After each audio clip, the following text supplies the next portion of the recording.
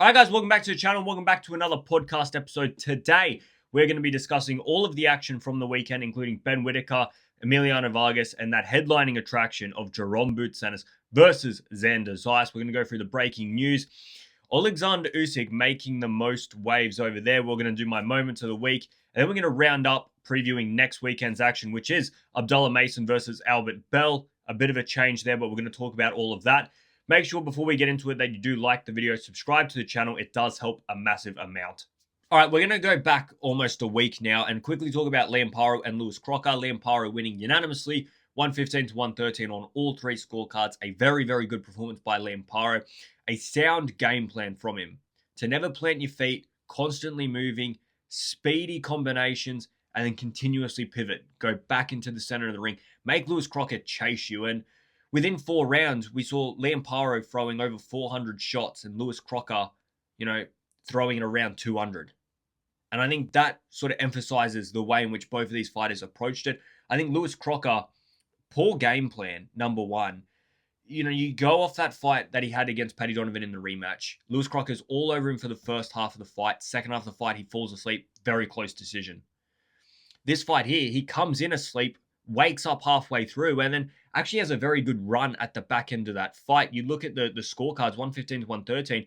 If Lewis Crocker had snatched a round or two early instead of coming in the way he did, we're going to be looking at a very different decision. Now, I think one of the big pivotal roles in this win, all right, and I don't want to take anything away from Liam Paro. I think it's a very, very good win. Becomes 2 division world champion. The second Australian of all time to do that behind Jeff Fenech.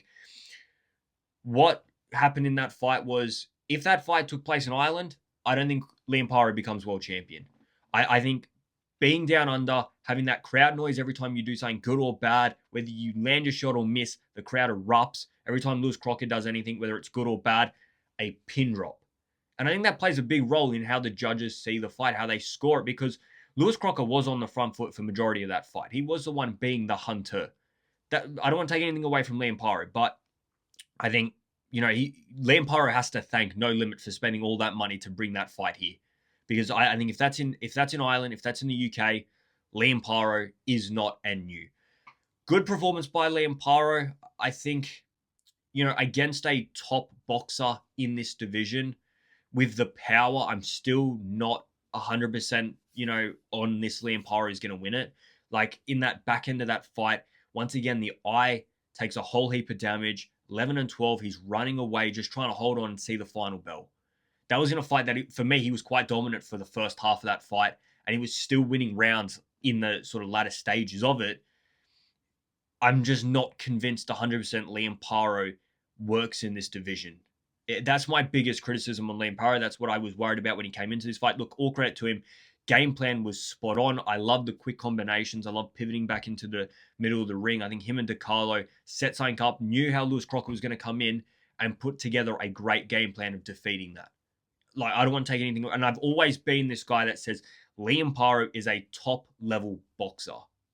It's the power hitting. It's what you can take from the power of other fighters. Because Liam Paro in there against Keyshawn Davis, Devin Haney, Ryan Garcia, I believe they can land a cleaner, crisper, harder-hitting shot than Lewis Crocker.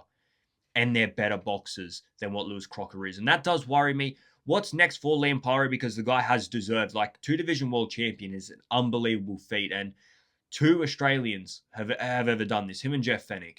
So don't take this achievement lightly at all. A very good win from Liam Paro. What's next for him? I keep hearing Manny Pacquiao. I keep hearing No Limit talk Manny Pacquiao, which makes a whole lot of sense. You can get him in Australia. He's a big draw. People are going to pay to watch him. Whether he's old or not, people are going to pay in Australia to watch him. So it makes sense. And he'll come out here.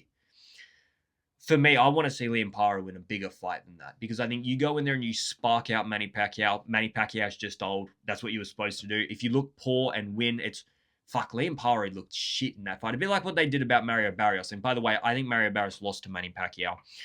So for Liam Paro, I think that's the fight he's going to take. Look, he deserves a big payday. He deserves a big event in Australia. I get all that. I would personally, selfishly, I'd personally like to see Liam Paro in there trying to unify, trying to go up against someone like a Keyshawn Davis, a Devin Haney, Teofimo Lopez / Rolly Romero, any of these names alike. The problem with them is if you want to unify those belts, you're going to have to go over there. You're going to have to be the B side. And it's not what Liam Paro wants to do right now in his career. And I get that. And unfortunately, apart from Manny Pacquiao, I can't really think of any big names that can be a star attraction to be brought out here and have a bigger event than what Manny Pacquiao will. It's not the fight that I want to see, but I think it's the fight that we're going to get. Zuffa Boxing, Jose Valenzuela. Rayo gets his revenge, stopping Edward de los Santos in the second round of their rematch. Obviously, we all saw what happened in that first fight between Jose Valenzuela and Edward de los Santos. This fight here, I thought de los Santos was going to get the win. And boy, was I wrong, because Valenzuela, he had him hurt with a clean left hand at the end of the first round. Come into the second round, they're trading in the pocket and lands a picture-perfect right hook whilst they're trading to just knock him over. Like, Edward de los Santos ends up curled up on the floor. A brutal knockout and a great win from Jose Valenzuela. Ben Whittaker stops Richard Rivera in round 2.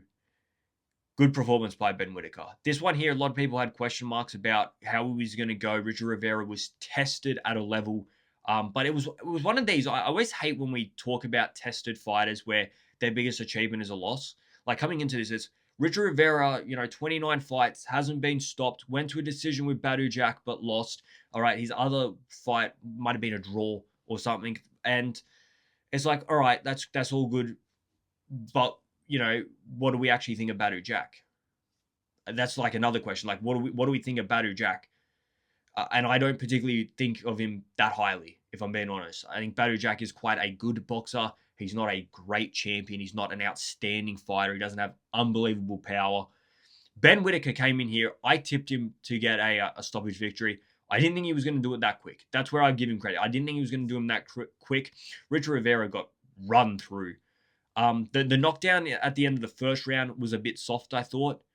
On all the angles, it looks a bit soft, but he sort of pushes him down, cup to the back of the head. It's definitely a landing shot, but I don't know how much power it was in. But that one where he draws him in and lands that flush left hook, that is brilliant boxing from Ben Whittaker. And we know he's got that. But I still think Ben Whittaker, I want a step up for him. All right, Richard Rivera, like I said, he was tested to a level, but I didn't particularly rate him. I still thought Ben Whittaker should go in there and get a stoppage. Ben Whittaker, we've got so many different fighters around that sort of, I feel like we protect them or look at them differently. Like, Ben Whittaker is an Olympian. He's now 28 years age. Let's see him in some big fights. And I've got some listed right here. I think Conor Wallace for Ben Whittaker. I think Ben Whittaker versus Conor Wallace.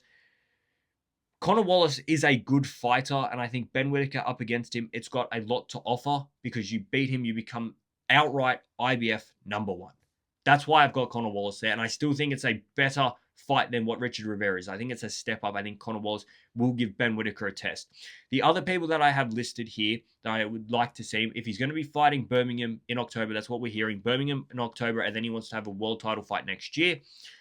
If you're having a world title fight next year, this one in October has to be a big one. This one in October needs to be a tough fight. Imam Khatiev, I think that's a very good fight. I think that's a very, very good fight. Imam Khatiev, he's going to walk you down. He's going to throw big punches. He's going to be a handful all night, and he's not easy to handle. Other ones that I have, Zach Chelly, Anthony Yard, Willie Hutchinson, Zach Parker, Craig Richards. Plenty of names there, and I'm probably missing more English ones than that. But I think that's a good handful of names to pick from. You want to fight in England, go and fight one of these English stars. Anthony Yard, he's been in world title fights. Zach Chelly, you just saw what he did to David Morrell. Willie Hutchinson and Zach Parker. I know Zach Parker's coming off a loss. The reason I like the Zach Parker and Willie Hutchinson one is because they offer something completely different in a fight against Ben Whittaker. Ben Whittaker, if he goes IBF number 1 or something like that and he ends up fighting Dimitri Bivol, he's not going to have the same sort of fight that he's going to have with a Liam Cameron and these other people that he's been facing, because Dimitri Bivol is so difficult to hit. And I think you get that with Willie Hutchinson. I think you get that with Zach Parker. You get two guys that don't really like to interact. They won't walk you down. They won't spend time in the pocket. At times, Ben Whittaker will have to chase them around. Ben Whittaker will have to find a different way. He's not going to be able to walk them onto a big shot like he just did to Richard Rivera.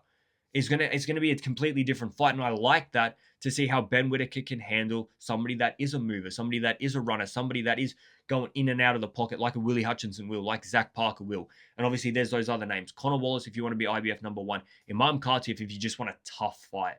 I'm happy to see any of those fights.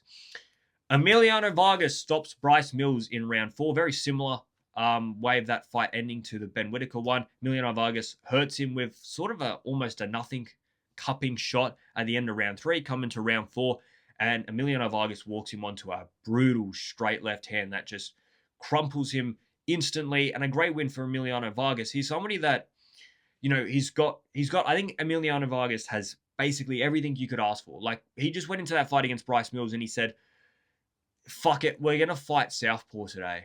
We're going to do this whole entire, I know I'm an orthodox fighter, I know I can switch, but I think I'm just going to fight the whole thing southpaw just to get used to fighting as a southpaw. Like, that's how talented this guy is. He's got the name, he's got the looks, he's got the he's 22 years of age. He's on a great, he's winning every single fight clearly. He hasn't had the step up. I get that. But he's at one of these stages where I look at Emiliano Vargas and say, you've got absolutely everything. When is go time? You look at Abdullah Mason. He's a world champion at this age. When is go time? Look at Moses Atauma. He's about to take Filip Hrgović at that age. Emiliano Vargas has heaps and heaps of experience at his young age. He's very, very talented. He's in a smaller weight category. I think I'm sick of seeing people like Bryce Mills. I think I want to see a step up. I think I want to see somebody that might be a former world champion, somebody that's been in a world title level fight and been competitive in it. That's what I want to see from Emiliano Vargas. I want to see him tested, because he wasn't tested in this fight against Bryce Mills. He was very, very good. I like the rips to the body. Like I said, fought the whole entire thing southpaw, which I wasn't expecting, but it's nice to see that he's going to be able to switch stances like that, fight, possibly become a type of O'Shaquie Foster, Bud Crawford, this type of, all right, I'm happy with both stances. I'm happy to trade. All right, I'm happy to go southpaw, orthodox, southpaw, whatever you want, switch it up. But I do think that the step up needs to come soon. All right, let's talk about the main one. Xander Zayas getting absolutely run through from Jaron Ennis. A brilliant performance from Jaron Ennis. I think when you look at Ennis's performance against Xander Zayas and you say, all right, what's next for Jaron Ennis? It's Virgil Ortiz or Sebastian Fundora. Those are the two names we're hearing. We're going to get to that. Let's talk about the fight first. One round, one slip up from Jaron Ennis. And that was in round 3 when he gets caught from a nice combination from Xander Zayas. Xander Zayas hitting between punches, catching Jaron Ennis. And obviously there's questions there about the chin of Ennis, the way he took those punches. He was holding on for dear life, but I think Jaron Ennis, he's going to be that fighter. He's going to get clipped, and it's how you handle being clipped. The fact is, Jaron Ennis didn't hit the floor. The fact is, Jaron Ennis kept going back in the pocket to trade with him after being hurt. There's even a segment during that 3rd round where Xander Zayas throws 4 or 5, 6 hooks at Jaron Ennis, and he's like Neo from the Matrix, just going, and every single punch misses. And you got to have your wits about you. You got to be able to, know whereabouts you are. So obviously he wasn't that hurt to be able to defend like that. Hands down, head and body movement, dodging all the punches. And I think that one slip up in that fight. And we're talking about Jaron Ennis stepping up to face the unified champion in that division. And you had one slip up, which didn't really cost you anything.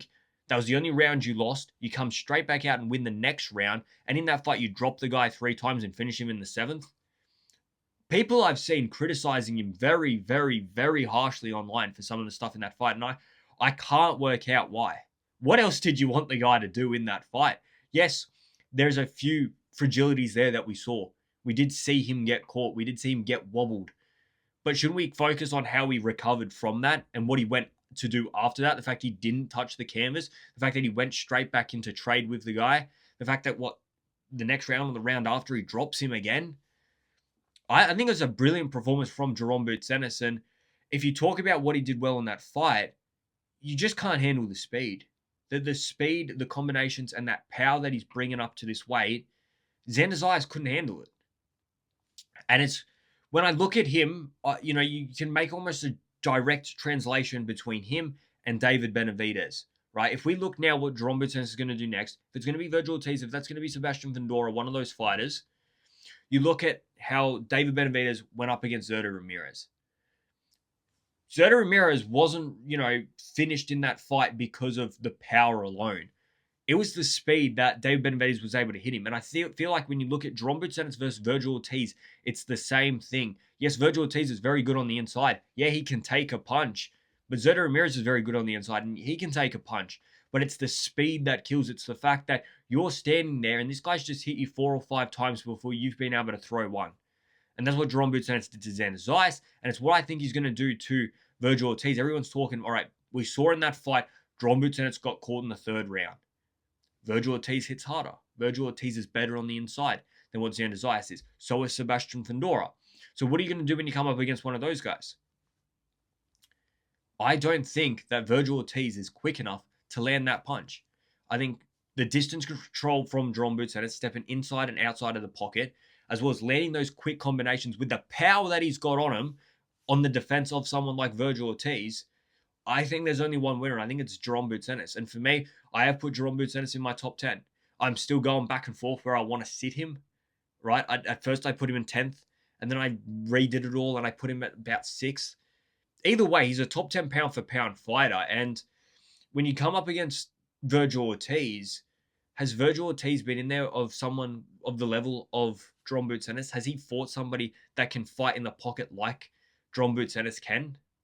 I think every time you see Virgil Ortiz, like you look at that Madrimov fight, you don't say Madrimov is a great inside fighter. You say he's a good boxer, but he was drawn into a fight against Virgil Ortiz on the inside. Well, this time he's not going to have to go looking because Jaron Boots will be right there. And I think it's going to be a very competitive fight. But I think what I saw from Jaron Boots against Xander Zayas beats Virgil Ortiz. I think he's just too quick, and the power on top of the speed is what's going to kill you. And I think he's going to do that. And I think against Sebastian Fundora, if Fundora does want to have that inside fight, we know how much he likes to fight on the inside. It's different. It's very, very different. It's a different task. But I think the fragilities in the body of Sebastian Fundora with Jaron Boots under him is another problem altogether. I think it's a more dangerous fight, though. I think Sebastian Fundora can hurt Jaron more than Virgil because I think Sebastian Fundora is quicker. Those long, rangy arms helps a whole heap. I think Sebastian Fundora is a bigger danger to Jaron than what Virgil Ortiz is, which I actually didn't think I would say. I thought Virgil Ortiz was a good test for Sebastian Fundora, and I think competitive between those two. If those two fought, I think it's a very competitive fight, and I can't tell you who wins that one, but I'm telling you, Sebastian Fundora I think is a more favorable matchup against Jaron Boots than what Virgil Ortiz is. I think Sebastian Fundora has a better chance of beating Jaron than what Virgil does from what I've seen. Great performance by Jaron beating Xander Zayas like that. I think what made it so impressive was the way he did it. I think I said I thought Jaron Boots would win by a decision, and I was quite comfortable with that. I thought he's very, very good. He's very, very talented, but I just think Xander Zayas is going to try and box from the outside. Jaron Boots is not going to have that many times to fight on the inside. Stupid game plan from Zayas in the end to try and fight him on the inside. Like, very fucking stupid. But Jaron Boots to drop him 3 times the way he did, that uppercut that he lands in the 5th, that was fucking brutal. That was such a good fucking punch, man. And credit to Xander Zayas. You got to give him credit. A lot of courage, a lot of heart to see the end of that 5th round, to go through the 6th, to come out to the 7th. He wasn't the one that called off the fight. It was the physician telling the referee to call a halt. I know Xander Zayas has taken a bit of slack online for taking a knee, which I think is fucking pathetic, right? And I saw it from Virgil Ortiz. I saw Virgil Ortiz dissing Xander Zayas, and I'm like, Virgil, you were too much of a pussy to get in the ring in the first place against him. Why are you now dissing Xander Zayas? I thought showing a lot of heart, getting up once in the first round, having a good round 3, a brutal round 3, right? They both had success. Even Jaron Boots landed a nice punch at the end of the 3rd. Getting up after that uppercut in the 5th, when you've taken an absolute pounding the past few rounds, going through the 6th, coming out for the 7th, telling the doctor, telling the referee that you want to continue. And then obviously, yeah, he does take a knee. He just gets overwhelmed. There's just too much going on. But I think to diss Xander Zayas for the effort, at 23, unified champion chose to take that type of test. You got to be kidding yourself to be dissing a guy like that because, yeah, he lost. But I have so much more respect for Xander Zayas for taking that challenge, for pushing himself, for having that fight than these guys that sit on the sidelines and talk all this shit. And then when push comes to shove, they dodge the fight. So all credit to Xander Zayas for taking it. And look, he was beaten on the night by a better fighter, a more experienced fighter. And I think that does play a big role in that fight. I think Jaron Ennis, at his age, with the experience, 30 plus fights, what he's 12 more fights than Xander Zayas. He showed the experience, he showed the speed. And I think Xander Zayas, you give him a few more years, what he learns from that experience as well, he's going to go far. And one thing that you can say about Xander Zayas is it's a tough guy to stop. You have to really put this guy through to stop him, which is a very, very good attribute to have. All right, let's talk about some of this breaking news. Rolly Romero and Teofimo Lopez have agreed to a deal to fight for Romero's WBA welterweight title. The fight is being targeted for August 22nd in Las Vegas. I think Teofimo Lopez beats Rolly Romero. If I'm being honest, I think Teofimo Lopez has so much more to offer than what Rolly Romero does. Rolly Romero is a world champion because he beat a Ryan Garcia that didn't turn up. I think Teofimo Lopez, people are going to look at this fight and think it's more competitive than it is because Teofimo Lopez just got his ass handed to him from Shakur Stevenson. But I think stylistically, Teofimo Lopez is going to be able to do stuff to Rolly Romero that Rolly Romero is not going to be ready for. Rolly Romero's got a good power punch. He's a good boxer. Good. I don't think he's anything spectacular. I think Teofimo Lopez is a very, very good boxer. And when he's on new weight, I think he's just going to be able to pick Rolly Romero off. I think it's going to be that easy. I think Teofimo Lopez wins this and wins this quite comfortably. All right, unless for some reason he eats one big punch from Rolly Romero and at welterweight he can't hack it, I think Teofimo Lopez wins this fight. And I think people will underestimate Teofimo Lopez's ability because of that fight against Shakur Stevenson.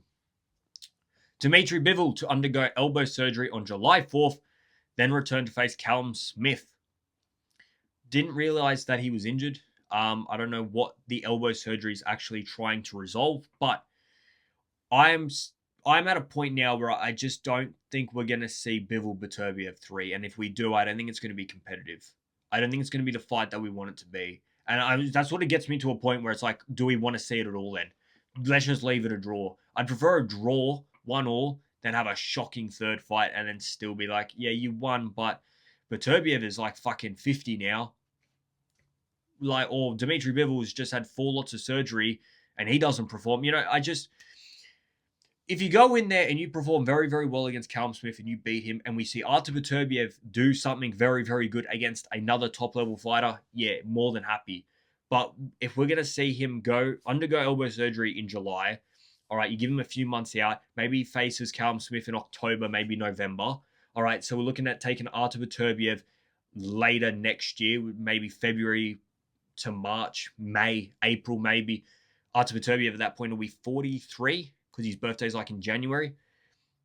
Yeah, you sort of get to a point where I'm starting to lose interest. I'm starting to lose interest in talking about it.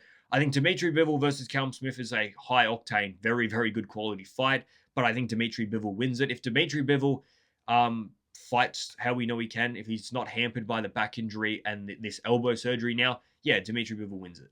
Lester Martinez to defend his interim WBC title against Luka Plantic on August 29th. Joe Cordina is out his July 4th fight with Abdullah Mason due to visa issues. Now, we'll talk about this in 2 segments. So he's out due to visa issues. Abdullah Mason will now face 28-0 Albert Bell. Albert Bell was supposed to be fighting Andy Cruz July 18th.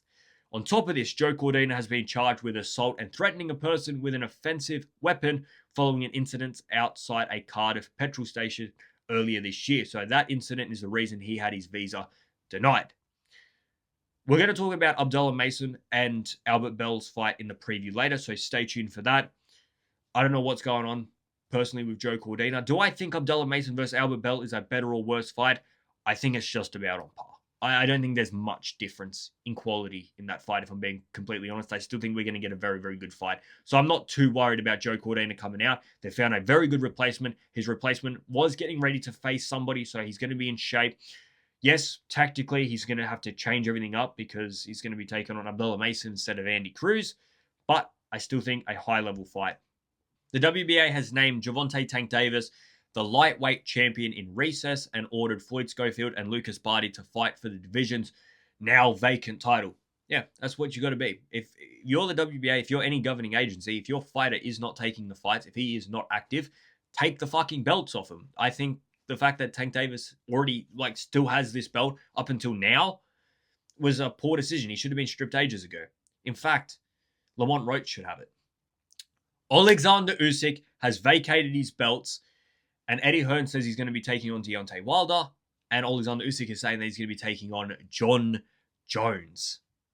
Johnny Bones Jones. I can't believe that. I was astounded when I saw that name. I got the Wilder thing. That's the name I said originally. I says he's going to take on Wilder. It's the fight he wanted before Rico. It's the fight he'll go back for. It's the American fight. It's that fight he wants. It all made sense to me. And then he pulled out Johnny Jones. And I can't believe that name is coming up. In terms of, do I prefer to see John Jones or Wilder? I'd probably prefer to see John Jones. I think it's more entertaining. I think he beats Wilder. I think Wilder is so past it. John Jones is such a weird one because I think John Jones is probably a worse boxer than what Rico Verhoeven is, right? But John Jones, I don't personally like John Jones, all right? I personally think he's a scumbag and a cheat. But if we talk about his athletic ability and his combat sports ability, he is one of the greatest you'll ever see. We're talking about a John Jones that in the prime of his career did not train, did not get out of bed, was doing all sorts of partying, drugs, all sorts of shit, and still went in there and beat the ass of Alexander Gustafsson in a world title fight. John Jones is a phenomenal, phenomenal fighter. And I don't think discipline's going to matter because he's got a great fighting brain. I've seen him break down fights. I've seen him talking about it in training. I've seen him talk about it in seminars.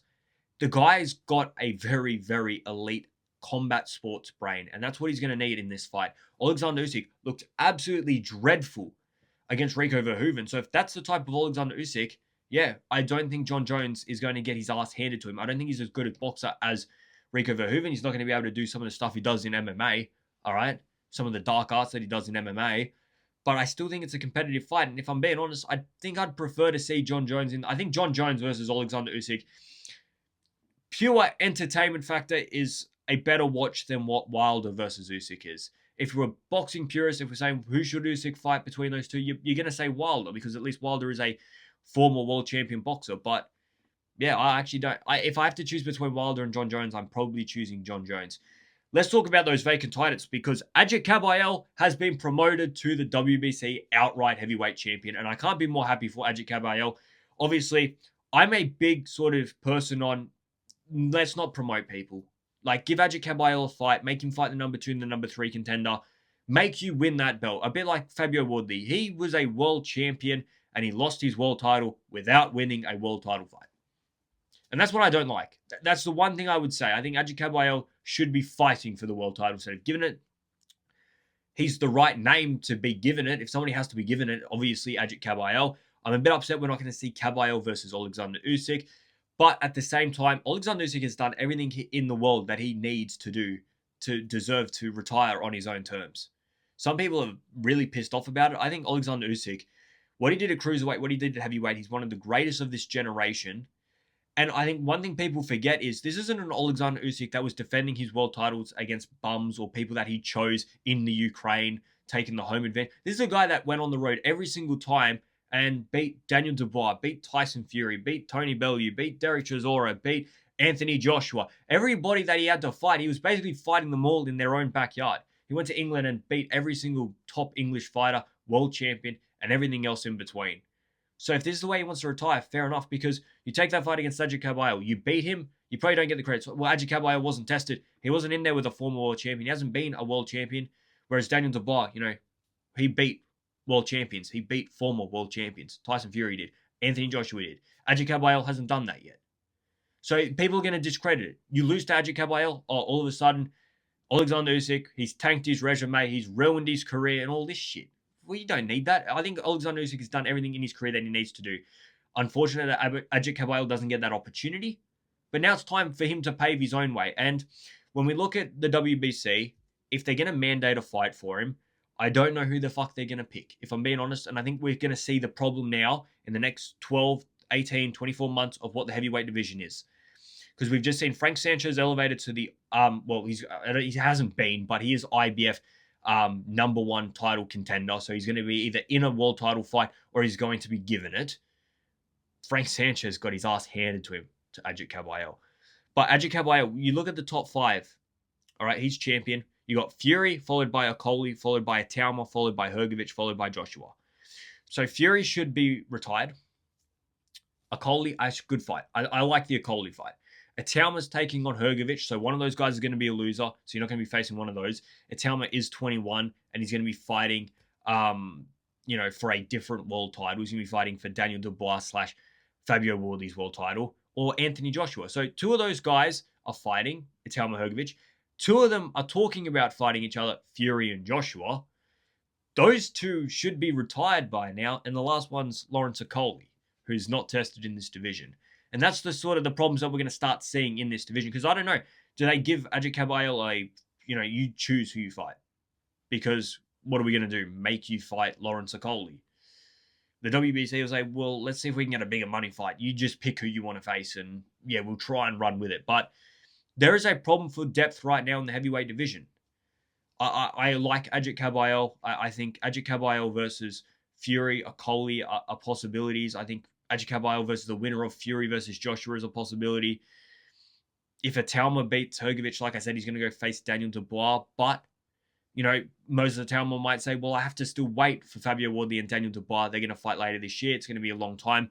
Agit Kabayel, I'm right here. Let's do this fight. It's a big money fight. We can do it in the UK. We'll sell at a massive stadium. So it is a problem. But look, Agit Kabayel, he's got some choices to make. The WBC have some choices to make. But he is now a world champion fighter. The WBO president, Gustavo Olivieri, has confirmed that the WBO super middleweight champion, Hamza Shiraz, will be permitted a voluntary title defense. People are fucking fuming about that. And I get it, because he couldn't have been given an easier opportunity to win a title. Like, he ran through Alan Begich. We all knew he would. That's what he did. Give him a hard test. Give him a big fight. What are we doing here? Why are we, look, Hamza Shiraz, unlucky, because he should have been facing Diego Pacheco in that world title fight, right? And Diego Pacheco ducked it. Well, you can't do anything about that.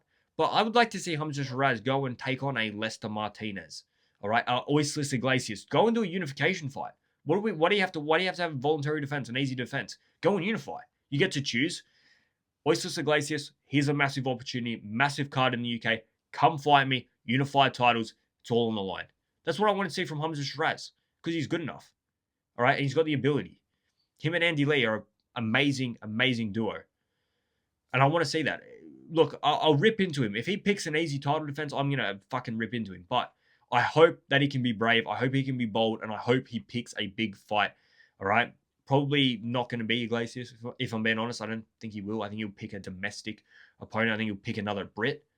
But if I had to pick Iglesias or even Jakob Bank. I know Jakob Bank's untested, but I wouldn't mind it, because Jakob Bank needs an opportunity to be tested. On August 15th at the State Farm Arena in Atlanta, Georgia, Clarissa Shields is going to be taking on Kay Scott for the WBC and WBA middleweight titles. Yeah, look, Clarissa Shields completed boxing and now she's playing the game again. She's like, all right, let's drop a few more divisions. Let's run through it again. And I think she beats Kay Scott. Canelo Alvarez versus Christian Billy has been pushed back. This fight will now be taking place late October in Riyadh, and it's apparently to avoid a clash with Ryan Garcia and Conor Benn. So is Canelo Alvarez now the B-side to Ryan Garcia and Conor Benn? It does sound that way, doesn't it? It does sound that way. Does Canelo Alvarez not sell anymore? Is that what we're saying here? Look, I thought that we'd see Canelo Alvarez, Christian Billy on the same card as Ryan Garcia versus Conor Benn. I thought that's what we would just see. Mega card, man. A mega card. But obviously, there's been a problem somewhere along the line. People aren't reaching agreements. To be fair, people are talking about this Ryan Garcia versus Conor Benn fight like it is confirmed. And up until now, it's not 100% solidified. I believe they're still negotiating terms. Canelo Alvarez versus Christian Billy, if that's the reason that they've been pushed back, so be it. When I first saw the announcement, I just gathered one of them got injured. But apparently not. Apparently, they're just rescheduling because Canelo Alvarez can't sell compared to Ryan Garcia, apparently, which I find astounding. I can't work it out. If I'm being honest, I can't work out why we're not seeing these on the same day or on the same card. Moments of the week. What has caught my eye in the world of combat sports this week? We're going to start with a TSA agent versus Dustin Poirier. And whatever Dustin Poirier is up to right now. Man, fuck you and fuck her and fuck her. I'll fight you right now. No, I don't want to fight, bro. I'll go with you right now. Bro, I don't want to fight, bro. I don't want to fight. Let's go. I don't want to fight. Let's go. Radio, have you Yeah, step tell it him. up. Tell him, come on. Get a couple of Because minutes. it's going to be bad. Bro, just It's step going to be up. bad, my nigga. No, bro. Look, Dustin Poirier has made himself the newest meme of combat sports. And look, it's a lapse in judgment from Dustin Poirier. I don't doubt that Dustin Poirier is a top dude, a family guy, a great UFC fighter. And he's a guy that looks, and he's said it himself, that he's lost.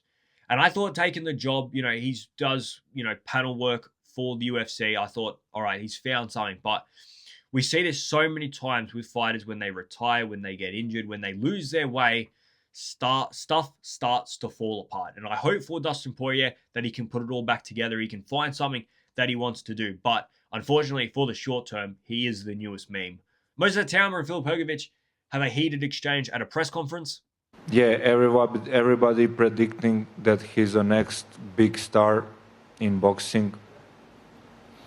And I'm here to stop him, of course. I think my path was much harder, much harder. I work so hard to get into this position. Whether he thinks my path is going to be easy or not, I mean, it don't do me no favors. At the end of the day, he's 14 years older than me, and we're still in the same position. So, he don't know nothing about me to comment.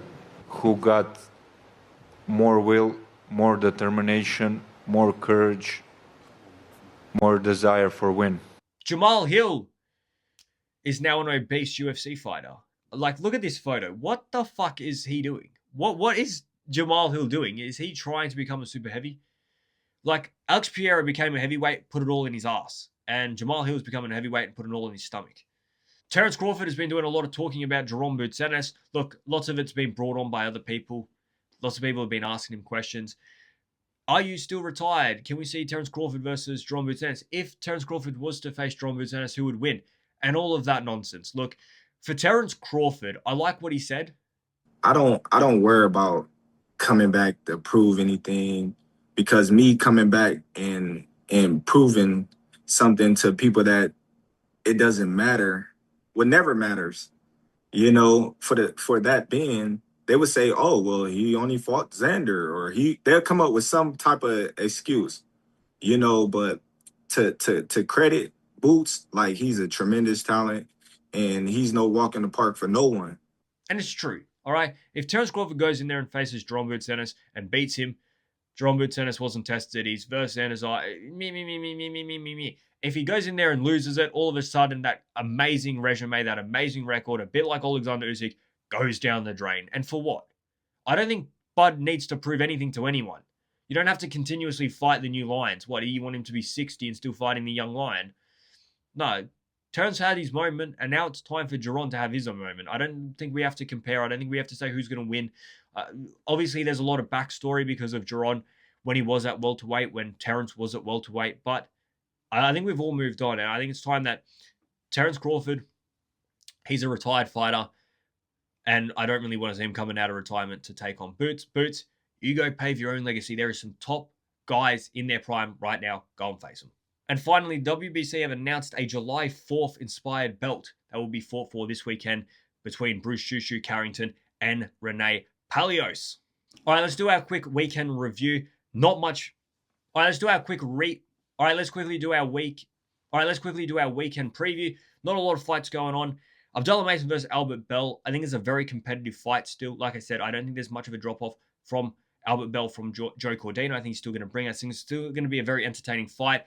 Albert Bell isn't a tested, certified fighter like Joe Cordino. That's the problem. There is a lot of mystery behind what Albert Bell's going to bring. If he is what he's being promised to be, if he is a good fighter like he should be, like a guy that could go in there and beat Andy Cruz. Look, 28-0 is a difficult thing to get to. He's fought a lot of tin cans, but he's run through them. He's done what he had to do. It's not like he's struggling against them. This is a big test. Abdullah Mason, I'm intrigued to see how he's grown since that Sam Noakes victory. As a brutal fight, a tough fight, and I want to see that experience come through. But Albert Bell, look, he's untested, and that's the thing. He's a very untested fighter. You know what you were going to get from Joe Cordino, but I don't believe if it was Joe Cordino in the ring, he was going to beat Abdullah Mason. Albert Bell, we don't particularly know exactly what we're going to get from him, but it's intriguing, and I think he's got just as much chance if he performs the way that we think he might to compete against someone like Abdullah Mason. I still think Abdullah Mason wins the fight. I think Abdullah Mason probably gets a decision. He might get a late stoppage if Albert Bell has, if his record is that stat padded. All right, I've seen some of the guys he's fought. I've seen some of those fights. Look, they're not great. And Albert Bell should be winning. But this is a step up. And a lot of times when we see these step ups, they either strive or they plummet. And until they take that leap, we're not going to know. I still think Abdullah Mason's going to win. Look, the safe bet is Abdullah Mason. Finally, Bruce Shushu Carrington and Rene Palios. It's not the fight I want to see Bruce in. I think Shushu runs through Rene Palios. I think he actually stops Palios. For me, Shushu is a top fighter in the division. I want to see him unifying. I want to see him take on Brendan Figueroa. That's the fight I want to see. If he beats Rene Palios, like I think he will, I think he'll actually run through him. I'd be surprised if it was a close decision. I think it's either a stoppage or a very wide decision. I want to see him in one of those big fights, and I want it to be Brendan Figueroa. And that is about all of the action from this weekend. Not a lot going on. So if you are new, please do like the video, subscribe to the channel. It does help a massive amount. Let me know in the comments below what you guys think of anything we spoke about today. What are your predictions for these fights? What do you think of the breaking news? And what were your reactions to the fights from last weekend? Let me know in the comments below. Like, subscribe. I'm out here, guys. See ya.